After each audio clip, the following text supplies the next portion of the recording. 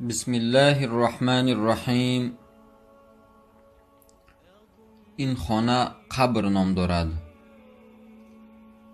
این خانه خانه تنهایی است، خانه عمل صالح، خانه وحشت، خانه غربت. رسول اکرم صلی الله علیه و سلم گفتند: القبر اما روضة من ریاض الجنه او اما حفرة من حفر النار. گفتند قبر یا که یکی از خانه های باغچه های جنت است یا اینکه یکی از چقری های دوزخ. روز رسول اکرم صلی الله علیه و سلم همراه اصحاب کرام به نزد یک قبر میگذاشتند. دو قبر در آنجا بود. گفتند اینها در عذاب گرفتار هستند، صاحبان این قبر در عذاب گرفتار هستند، اما در چشم مردم عذاب اینها اونقدر سخت نمایان نمی شود. یکی از آنها از بول خودش را احتیاط نمی کرد و دومین سخنچینی می کرد، یعنی یک سخن را از یک جا گرفته به یک جای دیگر برده می رساند. به همین خاطر عذاب قبر حق است، عذاب قبر سخت است. عذاب قبر تا روز قیامت برای شخص بدبخت، برای ظالم و فاسق، برای فاجر و منافق، برای شخصی که مال مردم میخورد، حق مردم میخورد، نمازها را ادا نمی کند، از امر الله رو میگرداند، عذاب قبر حق است. ببینید برادرها، این انسانی که در قبر ماندنش، انسان همگی 46 سال عمر داشت. برای آینده حیاتش بسیار نقشه ها داشت، بسیار امید و آرزوهای زیاد داشت، اما اجل نمیماند که انسان به سن پیری برسه، انسان همه امید و آرزوهاش انجام بده، بعد وفات کنه.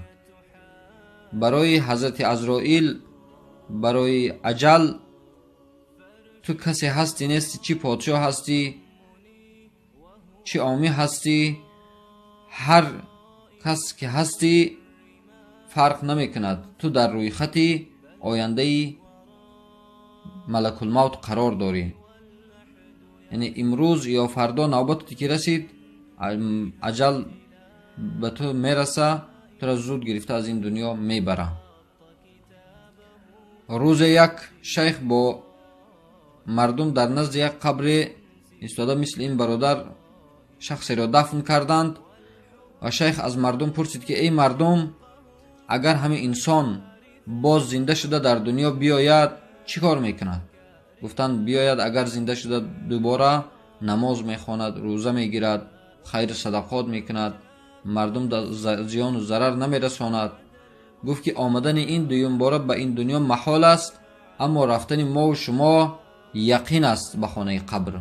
همین عملهایی که حاضر ذکر کردین باید ما و شما همین عملها را انجام بدهیم. روز شیخ حسن بصری رحمه الله در مسجد نشسته بودند. مردم گفتند ای شیخ، به ما موعظه بکن، به ما نصیحت بکن. شیخ گفت جوانها در یک طرف بشینین، شخصانی پیران سال در طرف دیگر. و مردم دو گروه تقسیم شدند. رو به طرف پیران کرد و گفت ای موش سفیدان، شما میدونید که گندم پخته برسه به چی رنگ تبدیل می‌یابد؟ گفتم بله. گفتن زرد میشه. پرسید که بعد او را چی کارش میکنند؟ گفتند که او را دروش میکنند. گفت که شما به مثل همون گندم پخته رسیده هستید. وقتی که شما پیر شدید، شما را داست اجل میآید درو میکنه، ملک الموت میآید یک یک شما را میبره. جوانها گفتند پیران میمردیم. گفت ای جوانها، شما میدونین که وقتی که رشقه سبز است او را چیکار میکنن؟ گفتم بله، او را در همون حالتی تر بودنش، سبز بودنش درو میکنن.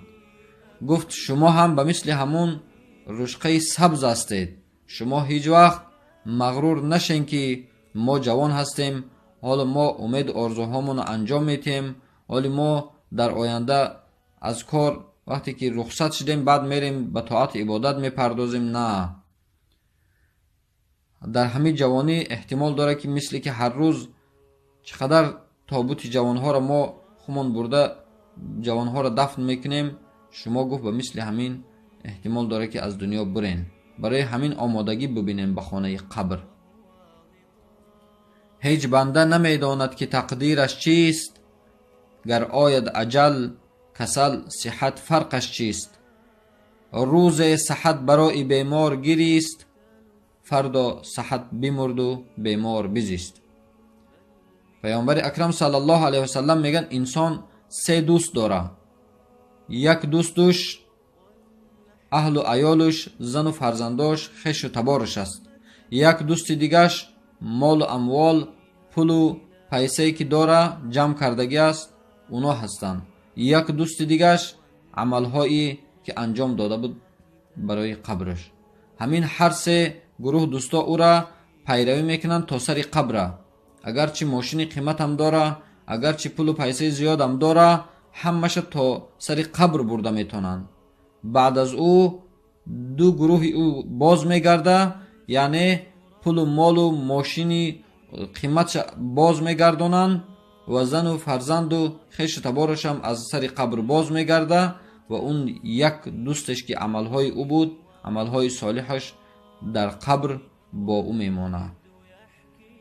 به همین خاطر برای این قبر، برای این خانه ظلمت، برای این خانه وحشت، برای این خانه تنهایی، برای این خانه غربت آمادگی دیدن در کار.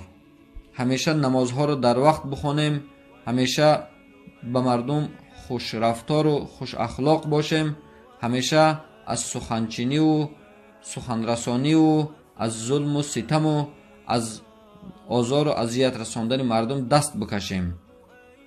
هرچی که با مردم کردیم پیش از آن که مرگ به ما فرا برسه از مردم بخشش پرسیم. این قبرهایی که میبینین یکی از اینها 1 روز عمر دیده، یکیش 10 روز عمر دیده، خلاص که بسیار عمر کوتاه دیدند. اجل به پیر و جوان جهان بود یکسان، اجل به پیر و جوان جهان بود یکسان، برابر است به تیغش گلوی پیر و جوان. کسی باقی نماند در این دار کهن، که هست سوی وطن هوش و خاطری مهمان. مثل انسان با تقوا، مثل انسان صالح مثل یک غریبی است که از خیش و تبارش دور است، از اهل عیالش دور رفته، چند مدت میگرده و کار میکنه، پول و مال زیاد به دست میاره، بسیار خرسند است که باز به نزد خیش و تبارش باز میگرده. همیشه آمادگی میبینه، همیشه در مشتاق و فراق یار و دوستانش است. اما مثل انسان بدبخت، انسان ظالم و کافر، انسان منافق و فاجر مثل یک غلام و بنده هست که از سردار خودش، از مولای خودش گرفتگی است، او را کافته میگرده که میدونه که اگر او را دستگیرش کنه چه عذابها و چه مشقتهای بالای او میاره. همیشه برای خانه قبر آمادگی بینیم، همیشه نمازها را در وقتش باید بخونیم، همیشه توبه و استغفار، ذکر و تسبیح زیاد بگیم، همیشه برای قیامت خود یک توشه جمع بکنیم که نزد خالق خیش، نزد مولای خیش، نزد ذاتی که ما را آفرید، ما را رزق داد، ما را تن صحت داد، از او سرکشی نکنیم، برای پیش او رفتن آمادگی ببینیم. وصلى الله على خير خلقه محمد وآله وأصحابه أجمعين.